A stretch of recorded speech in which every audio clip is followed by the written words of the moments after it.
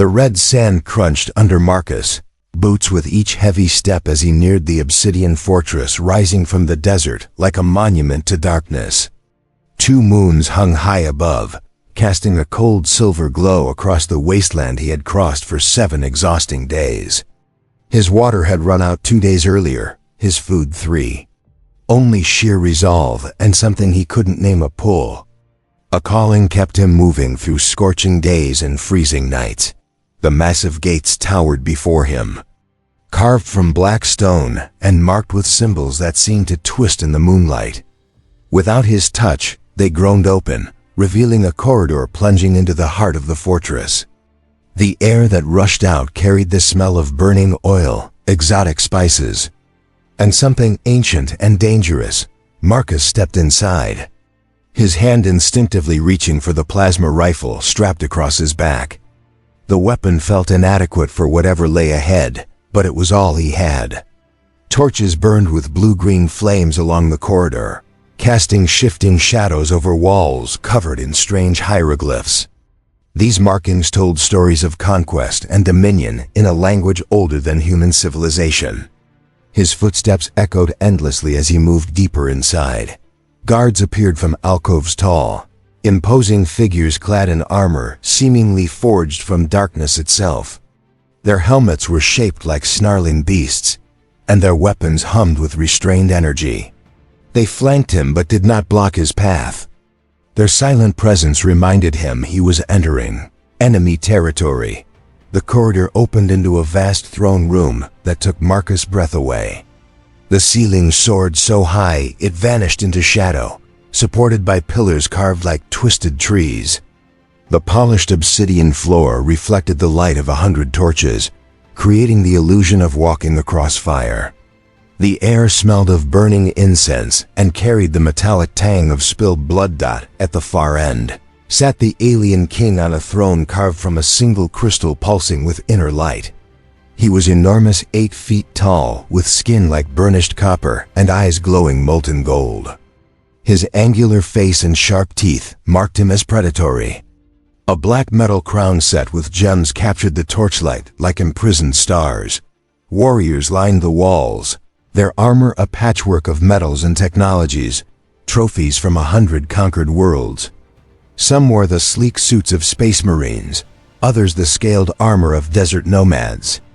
All carried weapons built for violence and watched Marcus with the hungry focus of predators sizing up prey. He forced himself forward, each step deliberate. The king's presence pressed down on his soul, but Marcus had come too far to turn back. 7 days across the desert, months of preparation, years of searching. He stopped before the throne and met the king's burning gaze. The hall was silent except for the crackling flames and the distant wind howling through the upper reaches of the fortress. The king leaned forward, his deep voice rumbling from the very stones. "You crossed the desert alive. Impressive." His accent was strange, each word carrying an unfamiliar cadence. "Most who attempt it die within a day. The sun bleaches their bones before the night hunters can feast." Marcus stayed silent. He had learned long ago that silence could speak louder than words. The king smiled, showing his sharp teeth. "Name your reward, human." "Gold." He gestured toward overflowing chests of coins and precious stones. "Weapons." Another gesture revealed racks of alien armaments humming with power. "Freedom." The word dripped with contempt, as if the idea itself was alien to him. Marcus' eyes did not linger on the treasures. Instead, they scanned the shadows at the edges of the hall, drawn by a sensation like a half-remembered dream. Then he saw her. In a shadowed alcove to the left of the throne sat a chained figure. The massive chains gleamed dully in the torchlight, holding her in a posture that was part punishment, part display. She was clearly not human. Her skin had a faint blue tint, more pronounced in shadow, and her silver-white hair fell like starlight across her face. Despite the iron collar biting into her neck and the chains binding her wrists and ankles, she sat with a regal posture, back straight and head high. There was something in her bearing that spoke of nobility. of someone once feared and respected in equal measure. Marcus could not look away. She was beautiful in a way that transcended species, with delicate features blending fragility and strength. But more than that, looking at her stirred something in his chest, a sense of recognition he couldn't explain. The hall went still as Marcus raised his hand and pointed directly at her. "I want her." The reaction was immediate. Gasps rippled through the warriors. Weapons shifted. Armor clinked. The air seemed to crackle. The king's smile vanished, replaced by genuine surprise. In centuries of rule, no one had ever made such a request. Prisoners had begged for gold, weapons, or freedom. None had pointed to the chained woman. No one has dared unchain her for 200 years. The king said slowly, his voice edged with warning. "Do you know what you ask?" Marcus didn't answer right away. He couldn't explain the pull he felt, only that it had driven him here. "I know what I want," he said at last. The woman lifted her head at the sound of his voice. For the first time, she looked at him directly.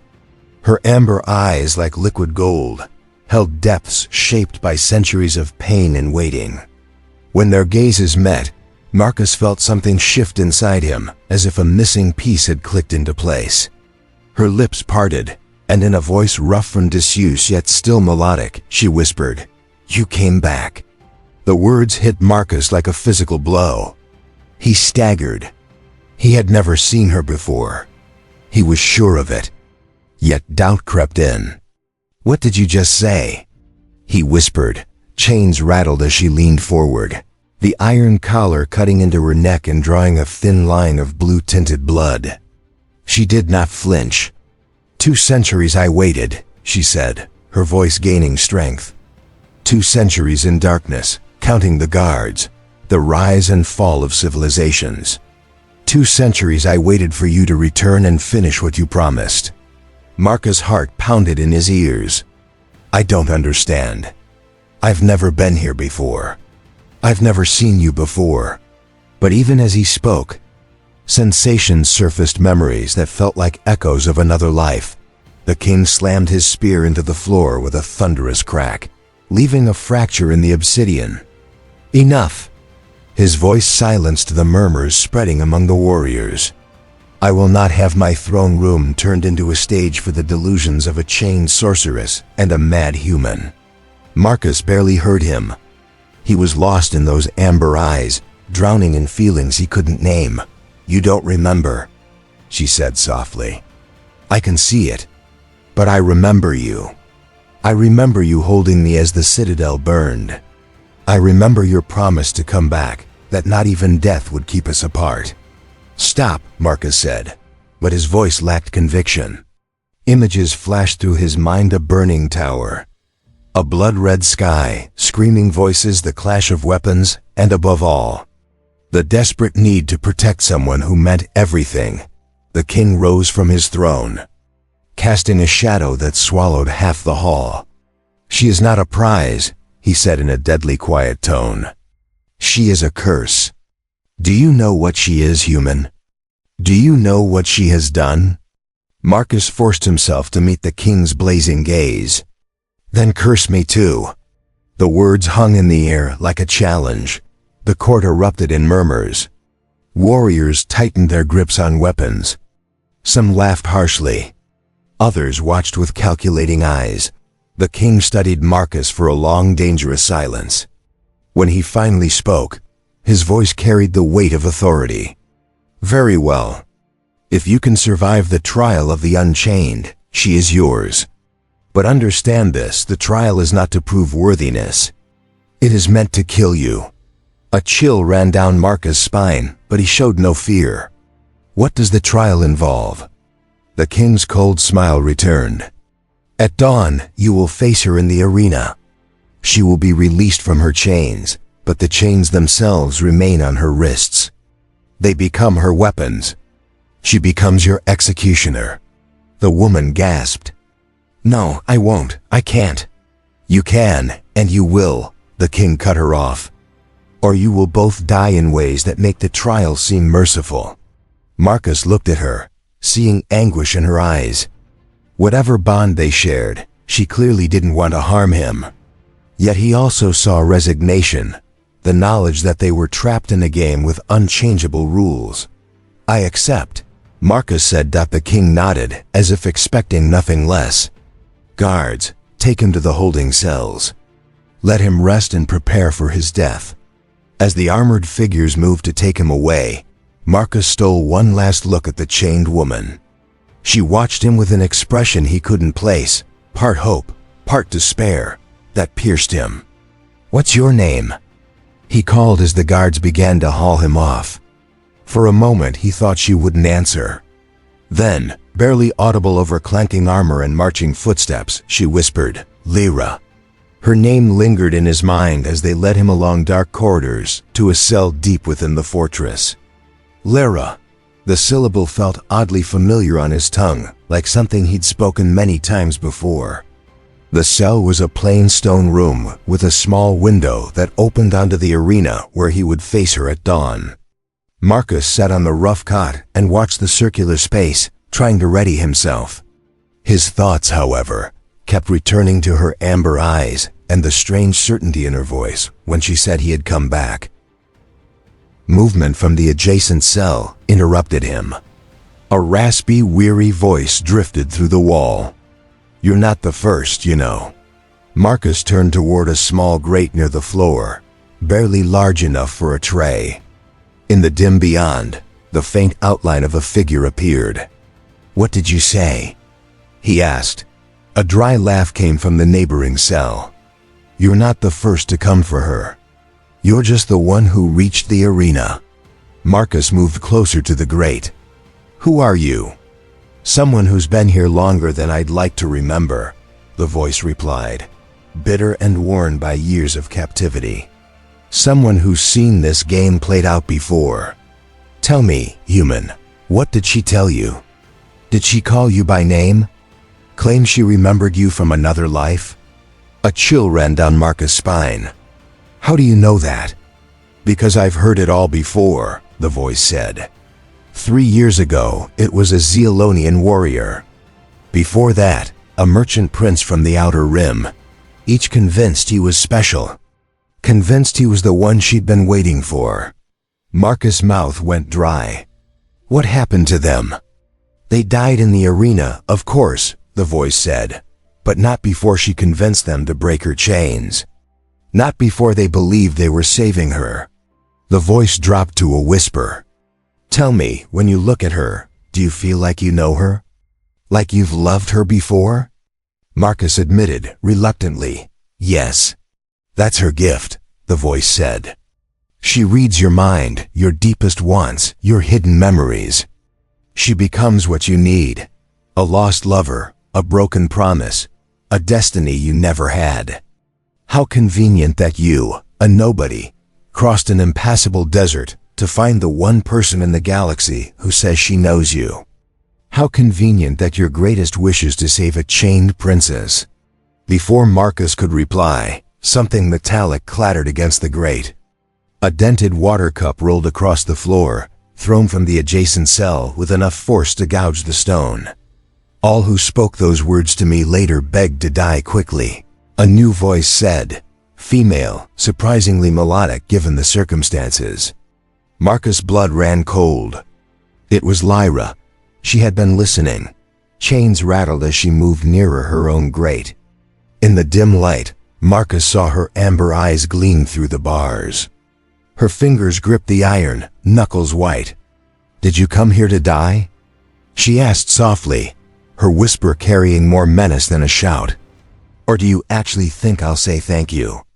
Marcus smelled her. Exotic, alien, with a wild, dangerous note. She was close enough that without the bars, she could have touched his face. "Will you be the first to die slowly?" Her voice promised violence and made the air dense. The questions rattled Marcus, seeding doubt. Yet something inside resisted. Marcus picked up the dented cup and, without speaking, placed it gently back through the grate into the other cell. The single act spoke louder than any promise. A long silence followed, when the other voice spoke again, It had a hint of respect. You know, the others never did that. They argued, made promises, tried to prove they were different. None simply accepted her challenge in silence. Marcus answered slowly, "Even if she's manipulating me, I still have to try." "Why?" the voice asked. "Because you think you love her? Because she's in chains?" Another pause then. They talked about destiny, cosmic bonds, grand purposes. None of them said they just wanted to free someone from fetters. Hours passed in thoughtful quiet. Alien constellations wheeled overhead, their patterns as foreign as this world. Bit by bit, impressions rose in Marcus, not full memories, but emotional echoes that felt truer than anything in his life. A bright, musical laugh. The sensation of holding someone while the world burned.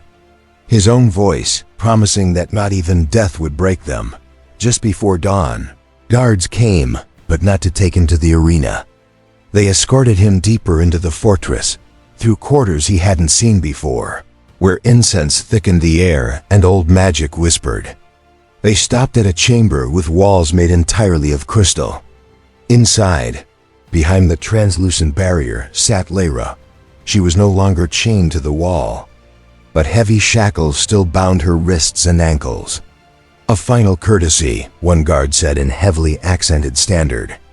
"The condemned may speak before the trial." Marcus stepped close to the crystal. Lyra looked up. In her amber eyes he saw something new, a flicker of uncertainty, almost fear. "You came," she said, muffled by the barrier. "I said I would," he replied. She rose slowly, the chains dragging. "Marcus, listen. In the arena, I won't be able to control what happens. The chains have a will of their own. They feed on violence and blood." "Then I'll be careful," he said. "No." Her voice was sharp and urgent.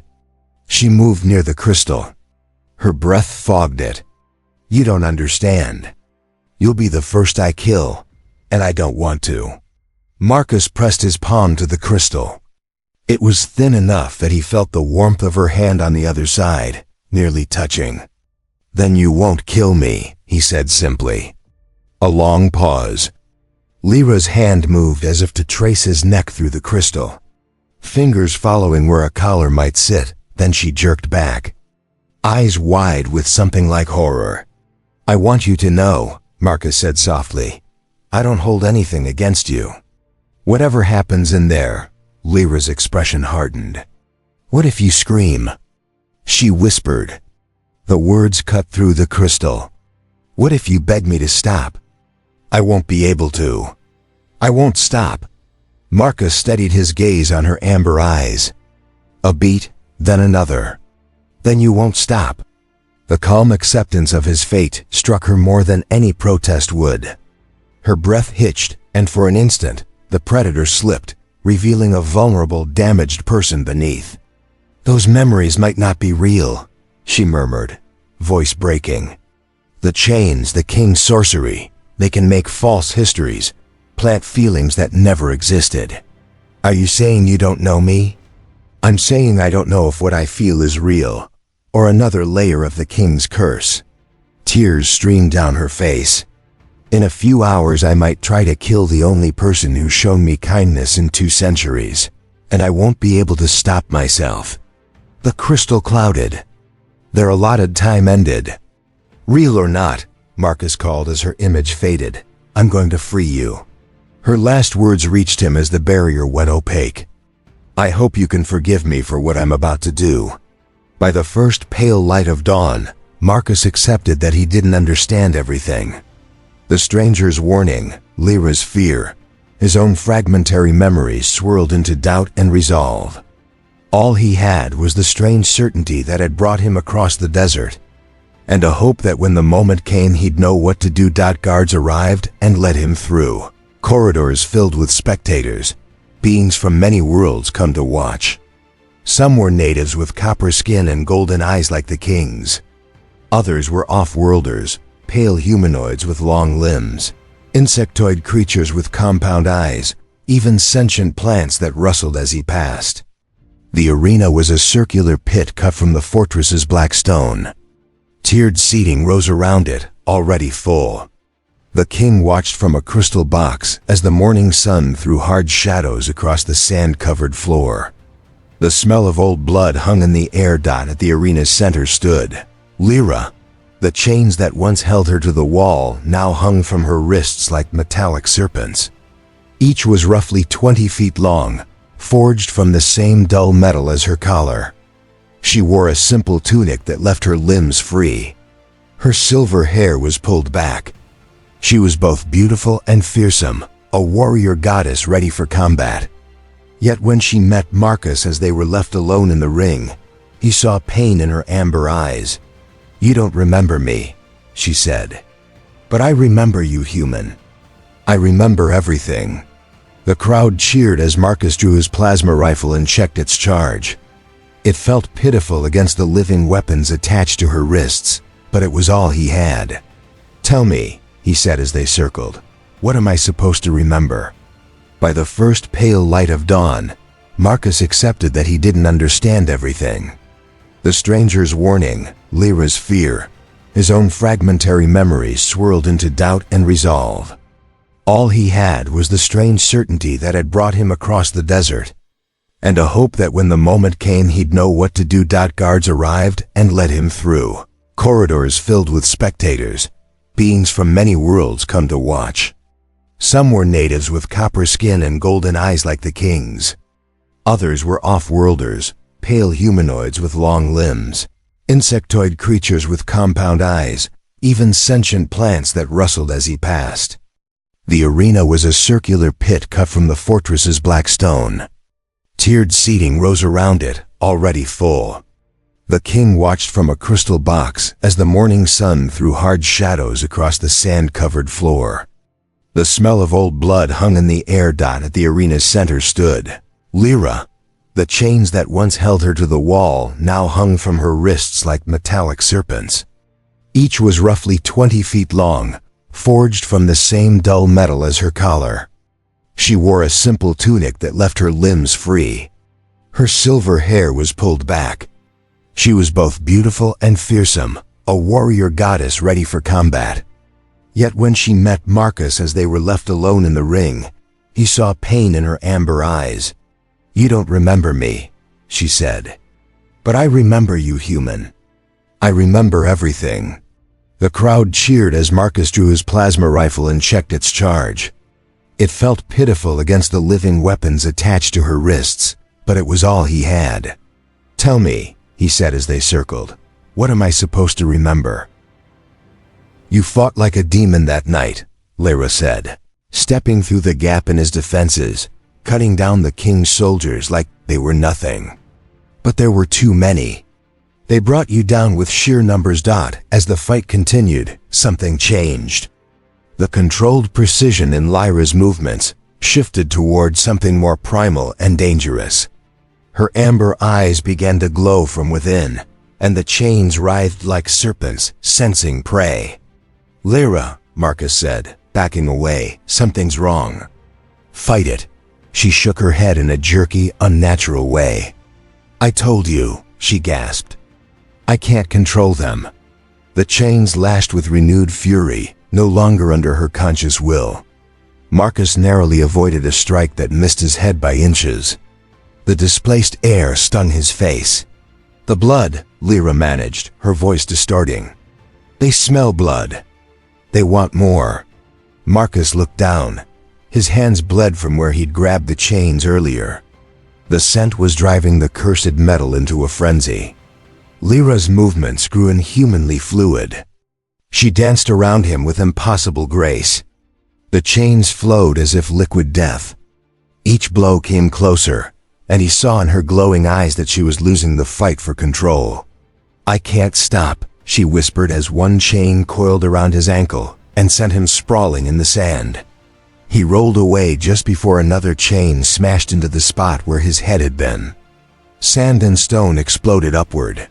"Then don't," Marcus said suddenly, surprising himself. Lyra froze. "What? Don't stop. If this is what it takes, if this is the only way, then finish it." The arena fell quiet.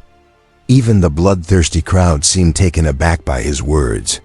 "I won't let you sacrifice yourself for me again," Lyra said, tears streaming despite the chains continuing to writhe around her. "Again?" Marcus asked. A memory struck them both at once, a shared vision that broke over them with the force of revelation. The Citadel's main gate burned.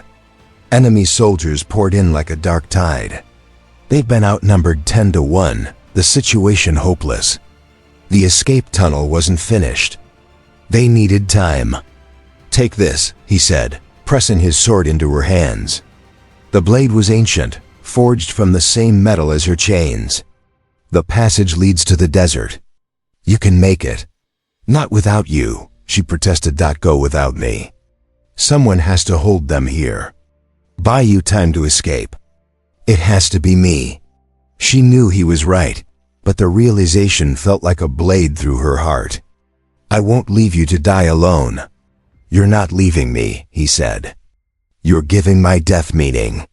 He kissed her then, fierce and desperate. "Promise me you'll survive. Promise me you'll live." "I promise," she whispered. "But you have to promise me something too, anything. Promise me you'll find a way back to me. Even if it takes forever, even if you have to tear through life and death. Promise me you'll return." "I promise," he said, sealing the vow with blood from the ancient blade. The vision faded, leaving them both gasping in the arena sand. The chains had gone still, and Lyra's eyes returned to their amber hue. "You kept both promises," she said softly. "You held them long enough for me to escape, and you found a way back to me." Marcus rose unsteadily, his mind reeling from the recovered memory. "If you escaped, how did you end up here? How did you become the king's prisoner?" Lyra's expression darkened. "I came back for your body. I couldn't leave you there, couldn't let them defile what remained. But the king was waiting. He knew I would return. He took me prisoner and bound me with chains forged from your sword, the blade that sealed our oath." The truth struck Marcus with grim clarity. The chains weren't just cursed metal. They were forged from the weapon that had sealed their vow, binding her not just physically but spiritually. "That's why you recognize me," Marcus said. "That's why the chains react to my blood. And why they can only be broken by you," Lyra replied. "Only the one who made the original oath can sever the bonds." Flashes of memory came to Marcus. The clash of blade against armor, the stench of smoke, the desperate certainty that he had to protect her. "I thought you were dead," Lyra whispered. "I watched them drag your body away, your blood pooling on the stones. I thought I had lost you forever." Her chains lashed out again, but this time Marcus was ready. Instead of dodging, he caught one with both hands. The metal was warm, almost alive, pulsing with strange energy. "But you promised me," Lyra said, tears streaming down her cheeks even as she fought to control the chain. "Even as you lay dying, you promised you'd come back. That not even death would keep us apart." The memory hit Marcus like a blow. Lying on cold stone, bleeding from a dozen wounds, her hands trying to stop the flow as he swore an oath with his last breath. "I remember," he whispered. Lyra staggered back, the chains going slack. "You remember?" "I remember dying," Marcus said, his voice steadier now. "I remember the promise. I remember loving you more than life itself." The arena had gone silent. Even the crowd sensed something extraordinary. "But I don't understand," Marcus continued. "How am I here? How are we both here?" Lyra smiled through her tears. "Love, Marcus. Love and magic and the will to keep a promise even death couldn't break. You found your way back to me." Hearing his true name unlocked more memories. Their first meeting in a tavern on a backwater world. Their first kiss under alien stars. The day they vowed to stand together against the encroaching darkness. It all made sense now, the pull across the desert, the certainty he had to be here. He had been reborn, but his soul remembered its purpose. "Lyra," he said, and her name felt like home. She was moving toward him now, chains dragging behind her, not to attack, but to embrace him after 2 centuries. "I knew you would come back," she whispered. "I never doubted, not even in the darkest moments." Marcus saw everything he had lost, everything he had fought to reclaim, but also the chains still binding her. "Let me free you." Lyra shook her head. "They're more than metal. They're bound with sorcery, with the king's own power. They can't be broken by normal means." But Marcus was already reaching for the chains. The metal pulsed with malevolent energy, spells woven deep into it. "I broke them once before," he said, unsure how he knew. "I can break them again." He pulled with all his strength. The chains resisted, biting into his palms and drawing blood. Slowly, impossibly, they began to give. The crowd roared as thunder cracked and the chains shattered, fragments raining down like fallen stars. Lyra gasped as the weight of 2 centuries disappeared. "You kept your promise," she whispered, staring at her freed wrists. But their moment was brief. The king rose in his viewing box, rage twisting his face as his power shook the arena. "You fool! You've unleashed her. Do you know what you've done?" Lyra turned toward him, and Marcus saw something cold in her expression, a predator's hunger long denied. But when she looked back at him, her face softened. She leaned close and whispered, "Now we finish it." The chill of her words was matched only by his anticipation. He finally understood why he was here. The king had been their enemy before, the one who destroyed their sanctuary and separated them. Now was the time for justice. "What do you need me to do?" he asked. Lyra smiled, beautiful and terrible. "What you did before. Fight beside me. Trust me. And when the time comes, don't hesitate." Weapons flew from the arena wall into their hands. A curved sword for him, forged from the same metal as her chains. For herself, she needed no weapon. Energy crackled between her fingers. "Together?" she asked. "Together," he confirmed. They moved as one. Guards fell before them as Marcus' blade cut through armor and Lyra's power hurled bodies aside. But as they fought, Marcus saw something familiar, the armor of one of the king's personal attendants. "Wait," he called. But Lyra was already ahead, carving a path toward the throne room. The king stood waiting. Captain Drell at his side, the same guard who had shown Marcus kindness. "Did you really think you crossed the desert alone?" Drell sneered. The king needed someone to break her chains, and she needed someone naive enough to believe her story of lost love. "He's lying," Lyra said, but there was uncertainty in her voice. The king smiled. "Am I? Do you know what she is?" "What she was before I chained her." "Don't listen," Lyra pleaded, stepping toward Marcus. But before she could reach him, Drell struck. His energy blade pierced her back, emerging from her chest in a spray of blue blood. Lyra gasped, eyes wide with pain and shock. "Marcus!" she whispered, collapsing into his arms. Something broke inside Marcus. The control that had kept him alive shattered like glass. He laid her down gently, then turned on Drell with murder in his eyes. "She used you," Drell said, but Marcus wasn't listening. He moved with deadly precision, his sword finding the gaps in Drell's armor until the captain fell. Marcus knelt beside Lyra, her breathing shallow. "Some of what he said was true," she whispered. "I am what the king claimed. But what I feel for you, that was always real." "Save your strength," Marcus said, pressing her wound.